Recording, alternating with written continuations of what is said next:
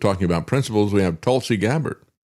This is an op-ed piece from the American Conservative saying she should resign. The person who writes this says, well, we all know that politics is, as the adage goes, the art of compromise, but it shouldn't involve sacrificing first principles. You got to have some principles that matter, some things that are foundational. He says it's difficult for ideologues to try to wield substantial power. Everyone in politics has to determine just how far they're willing to compromise to be productive before violating their own principles or even losing their soul to the process. Call me an ideologue, but I would say you don't violate your principles. Now, you can compromise on a lot of different things that are there, but not your principles.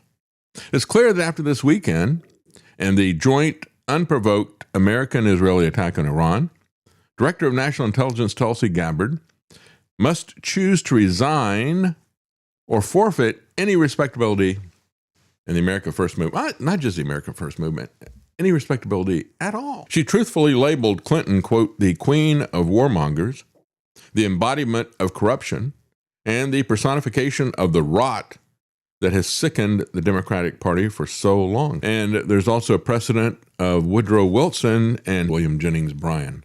And the two of them worked together and effectively until the outbreak of World War I in Europe. William Jennings Bryan insisted on true neutrality, and he favored warning American citizens against traveling on belligerent ships through war zones and prohibiting American passenger ships from carrying ammunition. In the aftermath of the sinking of the Lusitania, where 128 Americans were killed, Woodrow Wilson's provocative response to the German government to that, Bryan submitted his resignation rather than carry out the policy that got us involved in World War I. Tulsi Gabbard should follow the same example, writes this author of the American Conservative. She should resign her post in opposition to the Iran war and publicly condemn Trump's betrayal of the American people and the betrayal of his promise of no more endless wars.